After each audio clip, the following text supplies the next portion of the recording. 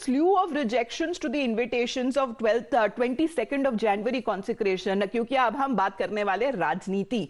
रामलला विराजमान तो होने ही वाले हैं, लेकिन उसके आसपास हो रही राजनीति के बारे में भी आपको बता देते हैं, क्योंकि एक एक करके अब एक तरह से ट्रेंड सेट हो गया है कि जितनी विपक्षी पार्टीज है, कुछ को आमंत्रण भेजा गया, कुछ को आमंत्रण नहीं भेजा गया है, लेकिन अपने आप से वो सामने आकर बोल रहे हैं कि हम अयोध्या नहीं जाएंगे, हम प्राण प्रतिष्ठा में भाग नहीं लेंगे, और प्राण प्रतिष्ठा होने के बाद यानी कि 22 जनवरी के बाद ही वो अयोध्या जाएंगे। इसमें एक एक करके लीडर्स के नाम भी आपको बता देते हैं, क्योंकि उनकी तरफ से इसे इवेंटबाजी कहा जा रहा है। ये आरोप लगाया जा रहा है कि ये बीजेपी और आरएसएस का इवेंट है, लेकिन उसी के साथ साथ ये विडंबना देखिए, क्योंकि कांग्रेस पार्टी के खुद के कई नेता यूपी यूनिट के बारे में बात कर लेते। उनका ये कहना है कि उनका सौभाग्य है कि उन्हें ये मौका मिल रहा है, उनके जीते जी अगर उन्हें राम मंदिर अपनी आंखों के सामने अगर बनते हुए देख पा रहे हैं और वो दर्शन कर पाएंगे रामलला की। ये स्टार्क कॉन्ट्रास्ट है आखिरकार कि कांग्रेस पार्टी का एक्चुअल स्टैंड आखिरकार है क्या।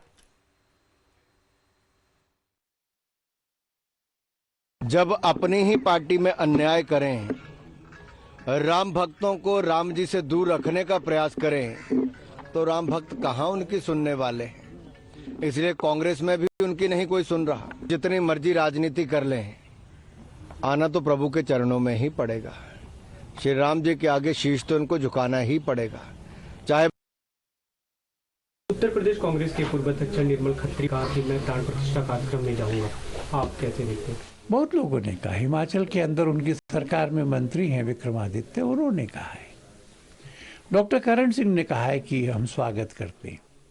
एक डिस्कनेक्ट है सोनिया गांधी और उनका जो ग्रुप है कांग्रेस में, उसका और वहां के आम कार्यकर्ता का।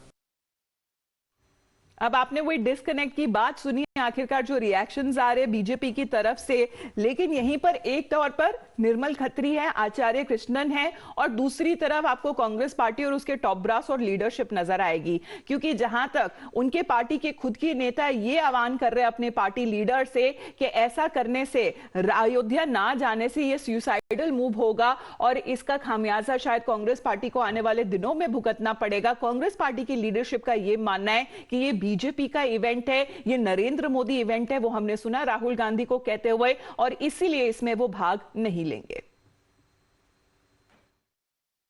हर घर में मंदिर होता है, मेरे घर में भी मंदिर है, तो ये क्या है? ये सब राजनीतिकरण है, राम का राजनीतिकरण है।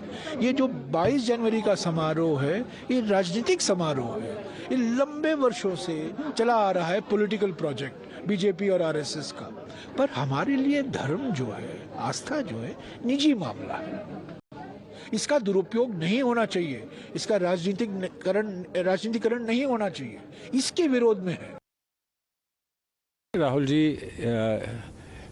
एक धार्मिक सोच के व्यक्ति हैं, एक व्यापक सोच के व्यक्ति हैं, और उन्होंने ये कहा है कि मैं धर्म को राजनीति से नहीं जोड़ता हूं, और इसीलिए यहाँ पर 22 तारीख को जब राजनीति को जोड़ा जा रहा है धर्म से, हम लोग उससे दूर रह रहे हैं।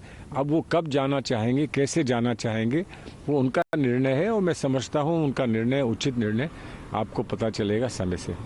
लेकिन यही जितने नेतागण हैं और विपक्षी पार्टियां हैं जो अयोध्या तो नहीं जा रही है 22 तारीख को, लेकिन 22 तारीख को अपने अपने दलों के साथ, अपने अपने कार्यकर्ताओं के साथ सीधे तौर पे 22 तारीख को अपनी अपनी तरफ से रिलीजियस इवेंट्स जरूर ऑर्गेनाइज करें। उसके बारे में भी आपको जानकारी दे देते हैं। समाजवादी पार्टी की तरफ से संविधान बचाओ देश बचाओ पीडीए यात्रा जो शुरू हो रही है, फरवरी 1 को जब वो खत्म होगी। आम आदमी पार्टी की तरफ से गुजरात में भी, दिल्ली का तो हमने देखा, लेकिन गुजरात में भी 3 दिवसीय प्रोग्राम होंगे जो 22 जनवरी तक चलेंगे। सुंदरकांड का पाठ होने वाला है, और यहीं पर अगर सीधे तौर पे बताया जाए तो महाआरती भी होने वाली है, और उसी दिन जिस दिन प्राण प्रतिष्ठा का दिन है, यानी कि 22 जनवरी को उद्धव ठाकरे हो, ममता बनर्जी हो, कांग्रेस पार्टी क्यों ना हो, अपने अपने नेतागण अपने अलग अलग प्रोग्राम्स करने वाले 22 जनवरी को, यानी कि प्राण प्रतिष्ठा के दिवस को। हम आपके पास